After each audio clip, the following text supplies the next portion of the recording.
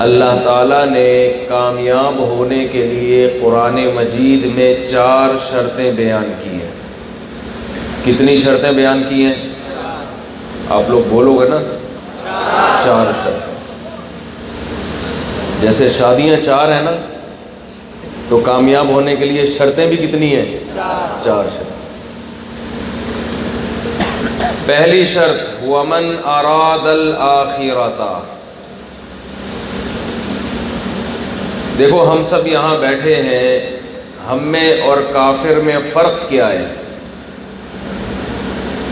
کافر اس دنیا کو اصل زندگی سمجھتا ہے، ہم اس دنیا کو اصل زندگی نہیں سمجھتے۔ ہم کہتے ہیں اصل زندگی مرنے کے بعد ہے، جس میں ہمیں کامیاب ہونا ہے۔ لِيَبْلُوَكُمْ أَيُّكُمْ أَحْسَنُ عَمَلًا۔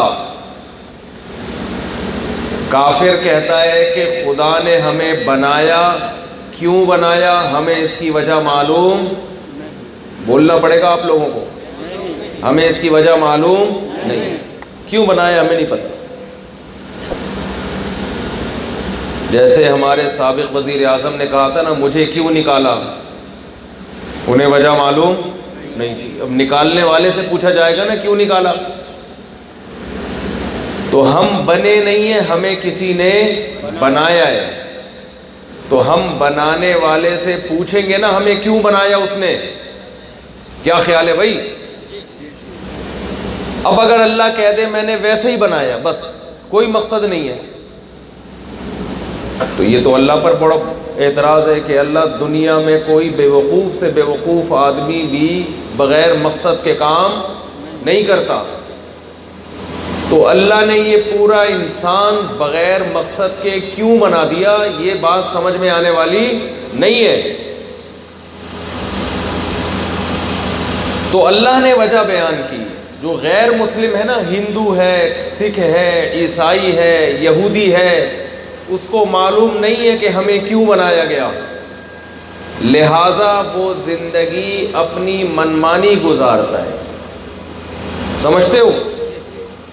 اس کا جب بد نظری کا دل کرتا ہے وہ بد نظری کرتا ہے، جب فحاشی کا حرام دوستی کا دل کرتا ہے وہ حرام دوستی کرتا ہے، جب اس کا شراب پینے کا دل کرتا ہے تو وہ شراب۔ آواز سب کو سمجھ میں آ رہی ہے نا؟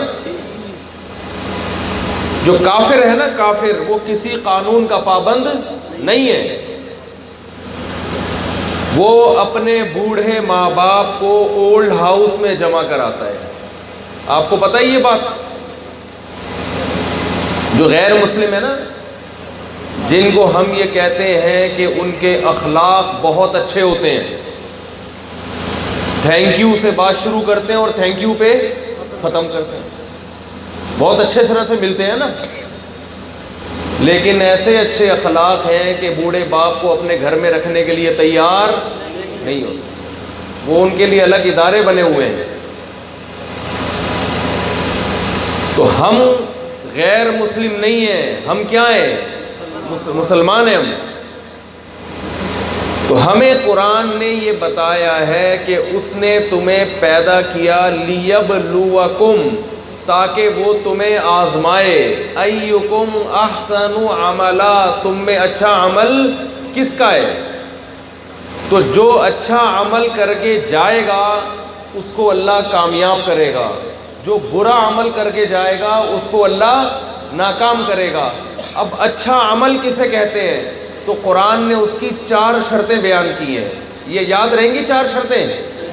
پہلی شرط قرآن بیان کرتا ہے وَمَنْ أَرَادَ الْآخِرَةَ، ہر عمل میں نیت آخرت کی ہونی چاہیے۔ آپ کتنا اچھا عمل کرو، اگر وہ اللہ کے لیے نہیں ہے تو اللہ کی نظر میں وہ قابل قبول نہیں ہے۔ دیکھو ایک آدمی ہزاروں لاکھوں لوگوں کو، بھوکوں کو کھانا کھلاتا ہے، لیکن لوگوں کو خوش کرنے کے لیے، اور ایک آدمی کھجور آدھی کاٹ کے کسی غریب کو صدقہ کرتا ہے، کھجور آدھی خود کھاتا ہے اور آدھی کسی غریب کو دیتا ہے، لیکن اس کی نیت کس کو خوش کرنا ہے؟ اللہ کو. تو نبی صلی اللہ علیہ وسلم نے فرمایا فاتقوا النار ولو بشق تمرہ، فرمایا جہنم کی آگ سے بچو، آدھی کھجور بھی صدقہ کرنی پڑے تو جہنم کی آگ سے بچو. پتہ چلا کہ آدھی کھجور اگر آپ صدقہ کرتے ہو اللہ کو خوش کرنے کے لیے تو وہ جہنم کی آگ کو ٹھنڈی کرنے کے لیے کافی ہے. سمجھ میں آ رہی ہے بات کہ نہیں آ رہی؟ یہ جو ہے نا اپنا عمل دکھانا، لوگوں کو شو مارنا، میں ایسا میں ایسا میں ایسا میں نے یہ کیا، اس سے انسان کی نیکیاں ضائع ہو جاتی ہیں. قرآن کہہ رہا ہے انما نطعمکم لوجہ اللہ لا نرید منکم جزاء ولا شکورا. قرآن کہتا ہے کہ ہمارے نیک بندے جب لوگوں کو کھانا کھلاتے ہیں تو لوگوں سے کہتے ہیں کہ ہم تمہیں تمہارے لیے نہیں کھلا رہے، ہم کس کے لیے کھلا رہے ہیں؟ اللہ کے لیے. لہذا ہم تم سے شکریہ بھی نہیں مانگتے. تو پہلی شرط کامیاب ہونے کی کیا ہوئی ہے؟ اراد الآخرہ. ہر عمل میں نیت کیا ہو؟ بولو بھائی، اللہ کی رضا. دوسری شرط قرآن بیان کرتا ہے وسعا. صرف نیت کافی نہیں ہے بلکہ اس کے لیے کوشش بھی کرے. سمجھتے ہو کہ نہیں سمجھتے؟ آپ نے نیت کر لی میں 1000 غریبوں کو کھانا کھلاؤں گا، لیکن آپ اس کے لیے کوشش نہیں کر رہے. آپ نے نیت کی کہ میں روزانہ تہجد کی نماز پڑھوں گا، مگر آپ اس کے لیے کوشش نہیں کر رہے. آپ نے نیت کی کہ میں اپنے باپ کی خدمت کروں گا، ماں کی خدمت کروں گا، مگر خدمت کی کوشش نہیں کر رہے. تو قرآن کہتا ہے یہ آدمی کامیاب نہیں ہے.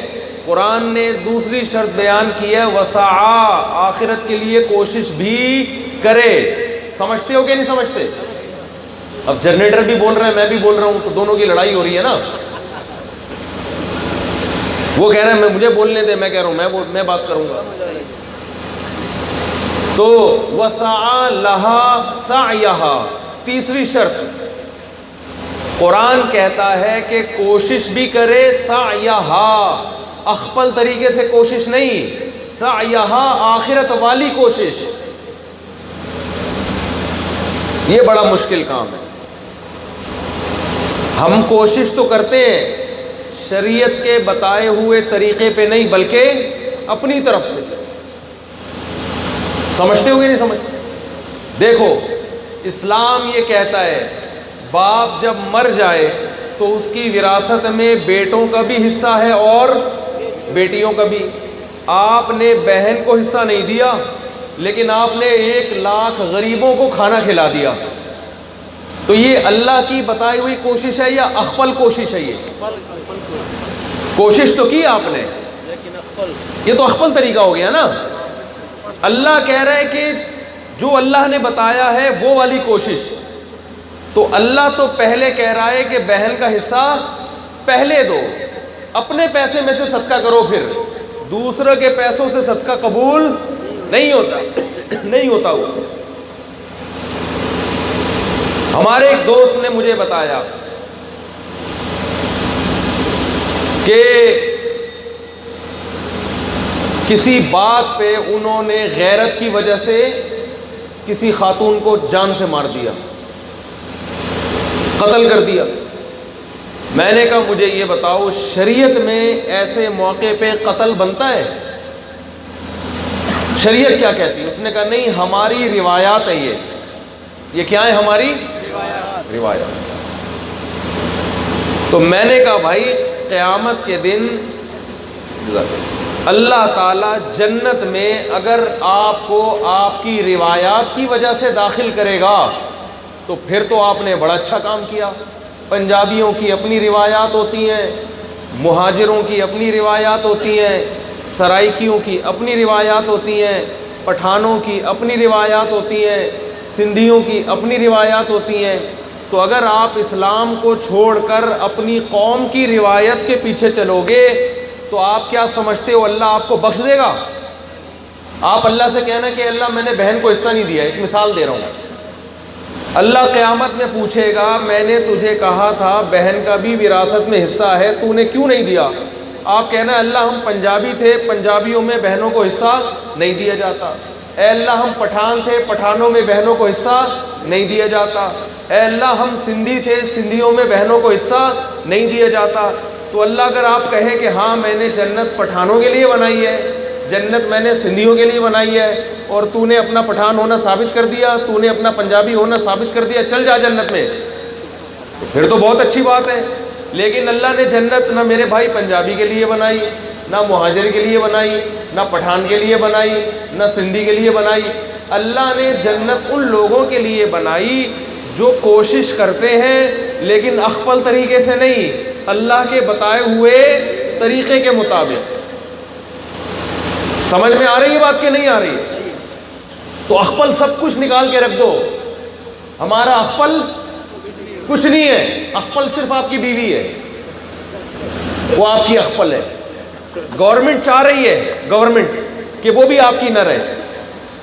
حکومت پوری کوشش کر رہی ہے کہ ہماری بیوی بھی ہماری نہ رہے. دیکھو جب چاہتی ہے گورنمنٹ پراپرٹی پہ قبضہ کر لیتی ہے نا, جب چاہتی ہے گورنمنٹ جس چیز پہ بھی. ابھی عدالت نے جو خلا کا قانون بنایا ہے نا, کوئی بھی عورت جب بھی عدالت جائے گی خلا کی ڈگری مل جاتی ہے. اس کا مطلب آپ کی بیوی بھی اب آپ کے ہاتھ میں نہیں رہی. ایک جج نے ایک ہفتے میں 10 عورتوں کو خلا دیا. یہ جو عدالت کا خلا ہے نا یک طرفہ, یہ شریعت کے مطابق نہیں ہے. طلاق کا اختیار اللہ نے مرد کو دیا ہے, عدالت کو نہیں دیا. تو ایک جج نے ایک ہفتے میں 10 عورتوں کو خلا کی ڈگری تھمائی. مجھے پتا چلا ایک آدمی نے جج کو بولا, جج بڑے فخر سے بتا رہے ہیں کہ میں نے ایک ہفتے میں 10 عورتوں کو خلا دیا ہے. تو اس بندے نے کہا کہ جج صاحب جن عورتوں کو آپ نے خلا دیا ہے وہ آپ کی بیویاں تھی کیا؟ اس نے کہا نہیں جی وہ میری تھوڑی تھی. انہوں نے بولا تو اپنی بیوی کو طلاق دے سکتا ہے, کسی اور کی بیویوں کو نہیں دے سکتے. تو حکومت نے ہماری جو اخپل بیوی ہیں وہ ہماری اخپل نہیں رہی ہیں, گورنمنٹ اس پہ بھی کنٹرول کر لیا ہے. جب چاہے خلا پکڑا کے بولا نکاح ختم ہو گیا. تو بھائی آپ شریعت پہ چلو گے تو وہ شریعت جو کس نے بتائی ہے؟ اللہ نے. اب دیکھو میں ایک مثال سے بات سمجھاتا ہوں. مغرب کی کتنی رکعتیں ہوتی ہیں؟ بولو نا بھائی, 3 رکعتیں. 4 کون کہہ رہے ہیں؟ ہر چیز شادیوں کی طرح نہیں ہوتی. کہہ رہے 4. مغرب کی کتنی رکعتیں ہوتی ہیں؟ 3 رکعتیں ہوتی ہیں. اگر امام صاحب کہے کہ میں آج 4 رکعتیں پڑھاؤں گا, کتنی پڑھاؤں گا؟ آپ امام صاحب کو چھوڑ دو گے؟ امام صاحب دلیل یہ دیں کہ میں نے کوئی برا عمل کیا ہے, خدا نخواستہ میں کوئی سگریٹ پی رہا ہوں, میں کوئی گٹکا کھا رہا ہوں, میں کوئی تمباکو کھا رہا ہوں, میں کوئی نسوار چرس پی رہا ہوں. امام یہ بولے بھائی میں تو ایک نیک عمل کر رہا ہوں نا, 2 سجدے زیادہ کر رہا ہوں اور اللہ کے سامنے رکوع زیادہ کر رہا ہوں, میں اچھا عمل کر رہا ہوں, اور تم بول رہے ہو تو بدعتی ہے. تو آپ بولو گے امام صاحب یہ اچھا عمل تو ہے لیکن یہ آپ کا اخپل ہے, یہ شریعت کا بتایا ہوا نہیں ہے. نبی نے جو بتایا ہے نا وہ 3 رکعت کے بعد سلام پھیرنا ہے, 4تھی رکعت کے لیے کھڑے ہونا جائز نہیں ہے. اب امام صاحب بولے اچھا بتاؤ نبی نے منع کہاں کیا ہے 4تھی رکعت سے؟ کوئی حدیث دکھاؤ جس میں نبی نے فرمایا ہو کہ مغرب کی 3 رکعتوں کے بعد 4تھی رکعت اسلام میں کیا ہے؟ حرام ہے. تو آپ دکھا سکتے ہو منع؟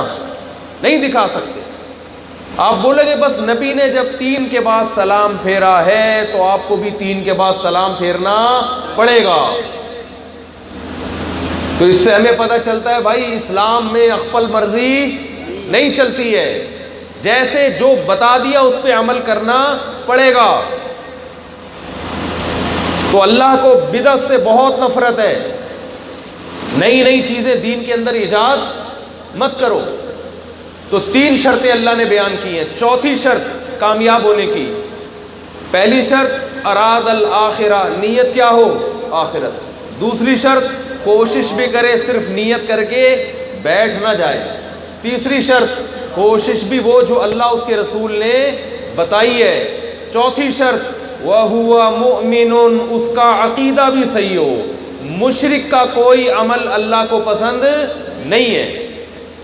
ایک آدمی یا اللہ مدد بھی کہہ رہا ہے اور یا رسول اللہ مدد بھی کہہ رہا ہے، اللہ مشکل کشا بھی کہہ رہا ہے، علی مشکل کشا بھی کہہ رہا ہے، اللہ کو حاجت روا بھی کہہ رہا ہے، نبی کو مشکل کشا بھی کہہ رہا ہے، تو پھر اللہ کو ایسے اسلام کی ضرورت بولو نہیں ہے. اللہ کہے گا میرے علاوہ جس سے مانگتا ہے پھر اسی سے مانگ جا. تو ایمان جس کو توحید کہا جاتا ہے، حاجت روا صرف کون ہے؟ اللہ. مشکل کشا صرف کون ہے؟ اللہ. یا ایھا الناس انتم الفقراء الی اللہ، اے لوگو تم سب کے سب اللہ کے در کے محتاج و فقیر ہو. واللہ هو الغنی الحمید، صرف ایک اکیلا اللہ ہے جس کا جو کسی کا محتاج نہیں ہے. سب محتاج ہیں، پیغمبر بھی، فرشتے بھی، ولی بھی، صحابہ بھی، تابعین بھی، سب محتاج ہیں اللہ ایک جیسے. ایک صاحب کا میرے پاس فون آیا، مجھے کہنے لگے کہ میرا آدھا دھڑ فالج ہو گیا ہے. فالج سمجھتے ہو نا؟ آدھا دھڑ نے کام کرنا چھوڑ دیا. کہنے لگا کہ میں نے اتنا علاج کرایا مگر کوئی فائدہ نہیں. تو مجھے کہنے لگا ایک مزار پہ ایک بابا کا مزار ہے، میں وہاں جا کے دعا مانگوں گا تو مجھے کسی نے بتایا کہ آدھا دھڑ صحیح ہو جائے گا. بات سمجھ میں آ رہی ہے؟ میں نے اس آدمی سے کہا، میں نے کہا جس بابا کے پاس آپ جا رہے ہو نا آدھا دھڑ صحیح کروانے، اس بابا کے دونوں دھڑ کام نہیں کر رہے، تبھی تو وہ قبر میں گیا ہے. کیا خیال ہے بھائی؟ اس بابا کا جب انتقال ہوا تھا تو اس کا کوئی دھڑ کام کر رہا تھا؟ انتقال کی ڈیفینیشن یہی ہے کہ دونوں دھڑ کام کرنا چھوڑ دے.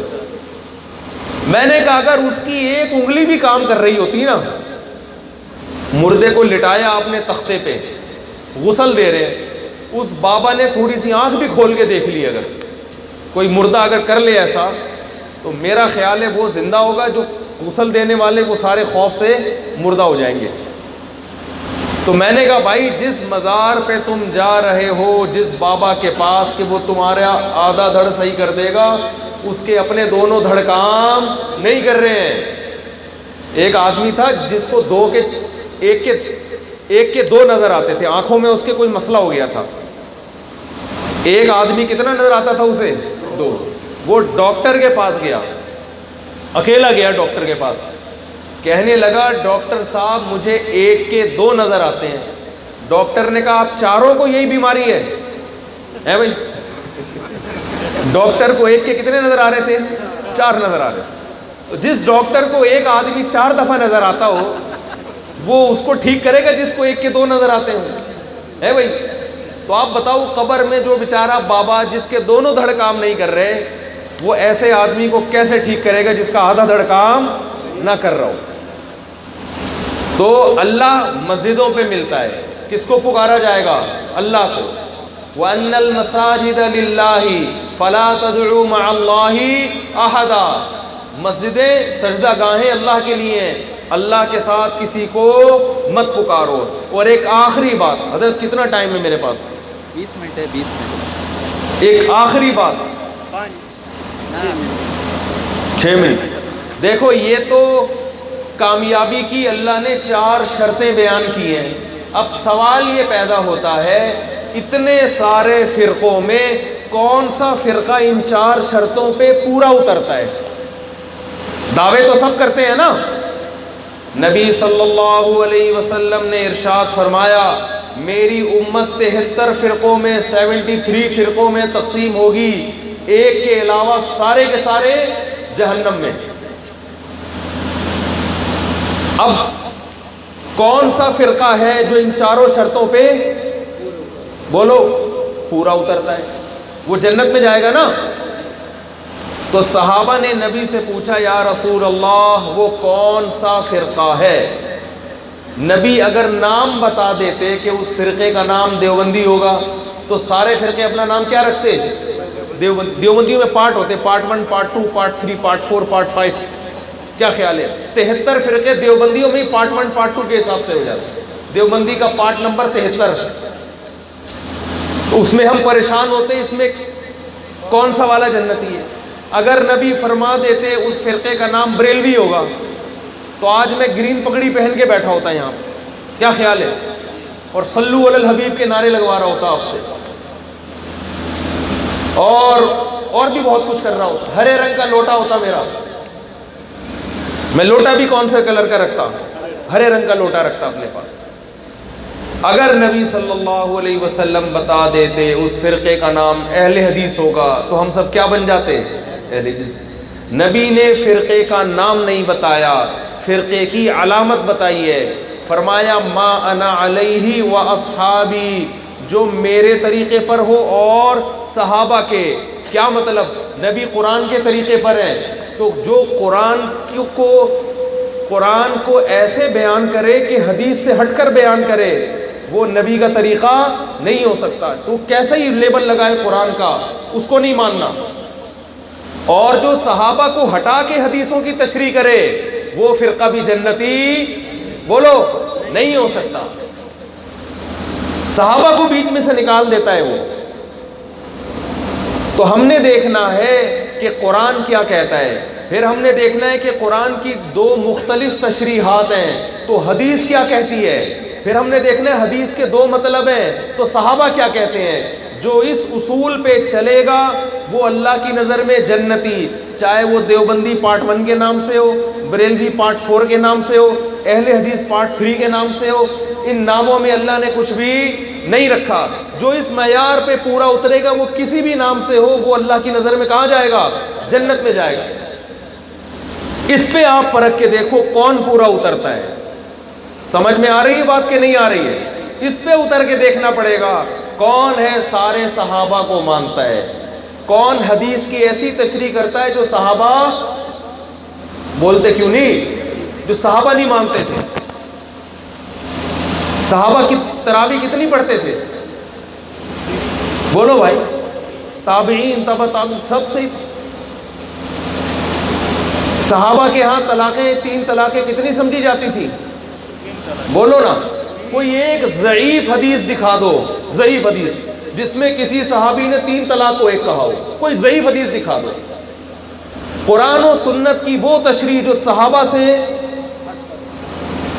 جس پر نہ ہو، وہ تشریح آپ کی اخپل تشریح ہے، اس تشریح کا اللہ اس کے رسول ذمہ دار نہیں ہے۔ تو اس معیار پہ آپ نے قائم رہنا ہے۔ وَيُعَلِّمُهُمُ الْكِتَابَ وَالْحِكْمَةَ، قرآن کہتا ہے نبی صحابہ کو قرآن سکھائیں گے۔ آپ بتاؤ، صحابہ نے نبی سے سیکھا، پھر تابعین صحابہ کے بغیر سیکھ سکتے ہیں قرآن؟ وہ کہ ہم ڈائریکٹ قرآن خود سمجھیں گے، سمجھ سکتے ہیں؟ اگر ڈائریکٹ قرآن سمجھنا ممکن ہوتا تو صحابہ ڈائریکٹ سمجھتے، بیچ میں نبی کے واسطے کی ضرورت نہ ہوتی۔ تابعین نے صحابہ سے سمجھا، تبع تابعین نے تابعین سے سمجھا، یہ سلسلہ صدیوں تک آج تک اسی طرح چلا آ رہا ہے، درمیان میں یہ سلسلہ منقطع نہیں ہوا۔ آج الحمدللہ میں اور یہاں جو علماء بیٹھے ہوئے ہیں یہ اپنی سند متصل محمد صلی اللہ علیہ وسلم تک پیش کر سکتے ہیں، لیکن آج بہت سے ایسے فرقے مارکیٹ میں آ گئے ہیں کہ وہ اپنی سند 2-3 پشتوں سے زیادہ شیئر نہیں کر سکتے، وہ بیان ہی نہیں کر سکتے۔ تو یہ جو سند منقطع ہو رہی ہے یہ خود گمراہ ہونے کی علامت ہے۔ میں اکثر ایک واقعہ بیان کرتا ہوں، پھر بیان ختم کر رہا ہوں۔ میں پشاور میں تھا، ہمارے ایک دوست نے بتایا کہ ان کو کسی نے کہا کہ پشاور میں ہمارا فرقہ بہت تیزی سے پھیل رہا ہے۔ یہ بات ہوتی ہے نا، آج فلاں فرقہ بہت تیزی سے پھیل رہا ہے، آج فلاں فرقہ بہت تیزی سے پھیل رہا ہے۔ لوگ کہتے ہیں نا پہلے ہمارے فرقے میں اتنے لوگ تھے، اب اتنے ہزار ہو گئے۔ تو وہ پشاور کے جو دوست تھے نا، انہوں نے کہا کہ پشاور میں اسلام تو 1200 سال پہلے آیا ہے، تو یہ اب کون سی چیز پھیل رہی ہے مارکیٹ میں؟ نہیں آ رہی میرا خیال ہے۔ آپ لوگ لکی مروت میں ہے نا، یہاں اسلام کب آیا؟ کل آیا، پرسوں آیا، 1 مہینہ پہلے آیا ہے، صدیوں پہلے آیا۔ تو جو اسلام صدیوں پہلے آیا تھا، جو اس طریقے پر ہے وہ تو ٹھیک ہے، جو آج نیا فرقہ پیدا کر کے آپ کو گمراہ کر رہے قرآن و حدیث کے نام پہ، وہ کبھی بھی ٹھیک نہیں ہو سکتا۔ سمجھ میں آ رہی ہے بات کہ نہیں آ رہی؟ بر صغیر میں اسلام آیا محمد بن قاسم کے دور میں، تو محمد بن قاسم جو نماز لے کر آیا، آج تک امت وہ نماز پڑھ رہی ہے۔ محمد بن قاسم جتنی تراویح کی رکعتیں لے کر آیا، آج تک امت وہ تراویح پڑھ رہی ہے۔ محمد بن قاسم اور اس کے ساتھ جو فقہا محدثین جہاں جہاں بر صغیر میں پھیلتے چلے گئے، جو اسلام لے کر آئے وہی اسلام پورے بر صغیر میں، انڈیا پاکستان میں پھیل گیا۔ وہ اسلام کے علاوہ اگر کوئی نیا اسلام ہمارے پاس لے کر آتا ہے، کتنا ہی مدلل، کتنا ہی قرآن و حدیث کا لیبل لگائے، آپ نے اس اسلام کو فالو نہیں کرنا، کیونکہ نبی نے فرمایا میری امت گمراہی پہ جمع نہیں ہو سکتی۔ اگر آپ نیا فرقہ مانو گے، اس کا مطلب 1200 سال سے کے پی کے والے معاذ اللہ گھاس کھا رہے تھے، اب ان کو کوئی بتا رہا ہے کہ اصل قرآن و حدیث کیا ہے۔ تو 1200 سال سے تو فقہ حنفی آیا ہے نا یہاں پہ۔ تو ہر نئی چیز بدعت ہے، اس کا مطلب ہر نیا فرقہ بھی کیا ہے؟ بدعت ہے۔ تو بچاؤ اپنے آپ کو اس فرقہ واریت سے، بدعت سے، شرک سے، اور عمل میں انسان اخلاص پیدا کرے اور اخپل طریقے سے دین پر چلنے کی کوشش نہ کرے۔ اللہ تعالی ہم سب کو سمجھنے کی، عمل کی توفیق عطا فرمائے۔ لوگ دور دور سے ہیں، نماز سے پہلے ہی نہیں امتحان ہے، تو 10 منٹ اور لے کہہ رہے مدرسے جی صاحب۔ 10 منٹ اور لے، بات تو میں نے مکمل کر لی ہے۔ اخپل مدرسہ ہے جی اخپل مدرسہ، لوگ دور دور سے ہیں۔ اچھا یہاں کتابوں کا بھی مدرسہ ہے؟ کتابوں کا مدرسہ ہے۔ کتنے طلبہ ہیں؟ 630 رہائشی ہیں؟ ماشاء اللہ، یہ سارے یہیں کے طلبہ ہیں؟ اور محلے والے بھی لوگ ہیں یہاں پہ؟ اچھا، محلے والوں سے ایک گزارش کروں گا میں، جو محلے والے ہیں نا ان سے ایک گزارش کروں گا۔ دیکھو ایک بات سمجھو، آپ کو پتہ ہے جتنے یہاں محلے والے ہیں کہ امریکہ میں، یورپ میں انگریزوں کے ہاں مولوی ہوتے ہیں؟ جو محلے والے ہیں وہ جواب دیں، آپ لوگ بھی دے سکتے ہو جواب۔ امریکہ میں، لندن میں انگریزوں کے مولوی ہوتے ہیں؟ بولو نا، نہیں ہوتے۔ انگریزوں میں ڈاکٹر ہوتے ہیں، سائنسدان ہوتے ہیں، اور ہر طبقے کے لوگ ہوتے ہیں، لیکن ان کے ہاں مولوی، کبھی سنا مولوی اوباما آیا ہوا ہے بھائی؟ ہمارے مولانا فضل الرحمان ہے نا، ان کا کبھی سنا کوئی کہ اس دفعہ مولانا نیلسن منڈیلا جیتے گا؟ کبھی سنا آپ نے؟ ان لوگ کے ہاں مولانا ٹائپ کی چیزیں، بولو بھائی ٹائم کم ہے، نہیں ہوتی مولانا ٹائپ کی چیزیں۔ آپ کہہ سکتے ہو اس سے نقصان کیا، اگر کسی معاشرے میں مولانا نہ ہو تو کیا نقصان ہے؟ بھائی آپ کے پیٹ میں درد ہوتا ہے، مولانا ٹھیک کر سکتا ہے؟ نہیں ٹھیک کر سکتا نا، تو مولانا کس کام کا ہوا پھر؟ ڈاکٹر ٹھیک کرے گا۔ آپ کے گردے خراب ہو گئے، مولانا کسی کام آئے گا؟ ڈاکٹر گردے ٹھیک کرے گا۔ آپ کا کاروبار نہیں چل رہا، تاجر کام آئے گا آپ کے، مولانا کام آئے گا؟ بولو نا، نہیں آئے گا۔ آپ کی شادی نہیں ہو رہی، شادی دفتر والا کام آئے گا، مولانا کام آئے گا یہاں پہ؟ تو مولانا تو لوگ کہتے ہیں کہ آپ کی گاڑی پنچر ہو گئی، مولانا پنچر لگا سکتا ہے؟ نہیں لگا سکتا نا۔ تو لوگ یہ سوچتے ہیں، جو پڑھے لکھے دنیا دار لوگ ہیں، وہ کہتے ہیں ڈاکٹر بھی کام کی چیز ہے، پنچر والا بھی کام کی چیز ہے، بھنگی بھی کام کی چیز ہے، جو گٹر صاف کرتا ہے، محلے کو صاف کرتا ہے۔ مولانا سمجھ میں نہیں آتا یہ کس کام کی چیز ہے۔ تو میں آپ کو بتاتا ہوں مولانا کس کام کی چیز ہے۔ دیکھو انگریز نے ہر چیز میں ترقی کی ہے، وہ جس ترقی کو پہنچے ہم اس کا خواب بھی نہیں دے سکتے، اس کے باوجود وہاں سب سے زیادہ خودکشیاں ہوتی ہیں، ڈپریشن کے مریض سب سے زیادہ، بوڑھے باپ اولڈ ہاؤس میں، کھانے پینے میں حلال حرام کی تمیز نہیں ہے، کتے بلی سور سب کھا جاتے ہیں۔ وجہ کیا ہے؟ ان کے پاس سائنسدان ہے، ماں باپ کے حقوق بتانے والا کوئی مولوی نہیں ہے اس معاشرے میں۔ وہ کسی عورت کو بیوی بنا کے اس کا حق ادا نہیں کرتے، اس پہ خرچہ نہیں کرتے، وہ گرل فرینڈ کے طور پہ رکھتے ہیں۔ وہ کہتے ہیں جب اپنی خواہش حرام سے پوری ہو سکتی ہے تو نکاح کی کیا ضرورت ہے؟ وجہ کیا ہے؟ ان کو زنا کے حرام ہونے کا بتانے والا کوئی مولانا نہیں ہے، کوئی یہ بتانے والا نہیں ہے کہ زنا پر اللہ کا کیسا غضب آتا ہے. سمجھ رہے ہو؟ وہ جب شادی کر بھی لیتے ہیں تو اپنی بیوی پہ خرچ نہیں کرتے. وہ کہتے ہیں عورت اپنا کمائے گی، مرد اپنا کمائے گا. عورت پہ ظلم ہے یا نہیں ہے؟ لیکن یہ ظلم وہ کیوں کرتے ہیں؟ انہیں یہ بتانے والا کوئی مولانا نہیں ہے کہ عورت پہ خرچ کرنا کس کی ذمہ داری ہے؟ مرد کی. بما انفقوا من اموالہم، قرآن کہہ رہا ہے کہ مردوں کی ذمہ داری عورت پہ خرچ کریں. وہ ان کی نسلیں ختم، ولد الزنا بچے پیدا ہو رہے ہیں. کیوں؟ بتانے والا کوئی نہیں ہے کہ ولد الزنا بچے کا پیدا ہونا کتنا برا عمل ہے. چائنا والے کتے بھی کھاتے ہیں، بلیاں بھی کھاتے ہیں. کبھی دیکھا آپ نے چائنا والے کو؟ ہے بھائی، کبھی چائنا جاؤ تو آپ کو جیسے ہمارے یہاں بکرے لٹکے ہوئے ہوتے ہیں نا، ایسے کتے لٹکے ہوئے ہوتے ہیں. وہاں بلی بھی کھا رہے ہیں، کتا بھی کھا رہے ہیں، اور پتہ نہیں کیا کیا گند کھا رہے ہیں. کیوں؟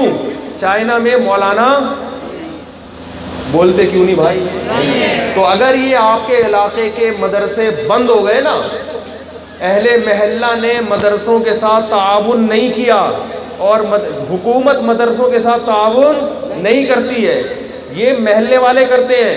اگر محلے والوں نے مدرسوں کے ساتھ تعاون نہیں کیا تو مدرسے بند ہو جائیں گے اور مولانا مارکیٹ سے شارٹ ہو جائیں گے. آئی بات سمجھ؟ مارکیٹ میں ہر چیز ملے گی، مولانا نہیں ملے گا. جیسے انگریز کے ہاں جاؤ، مارکیٹ میں ہر چیز ملے گی، موبائل ملے گا مارکیٹ میں ان کی بہترین. جاپان جاؤ، جاپان میں بہترین گاڑیاں مارکیٹ میں ہیں، مولانا نہیں ہے. لہذا جاپانیوں میں زنا پھیل گیا، نسل ان کی ختم. ان کو یہ ڈر ہے کہ ہم ختم ہو جائیں گے.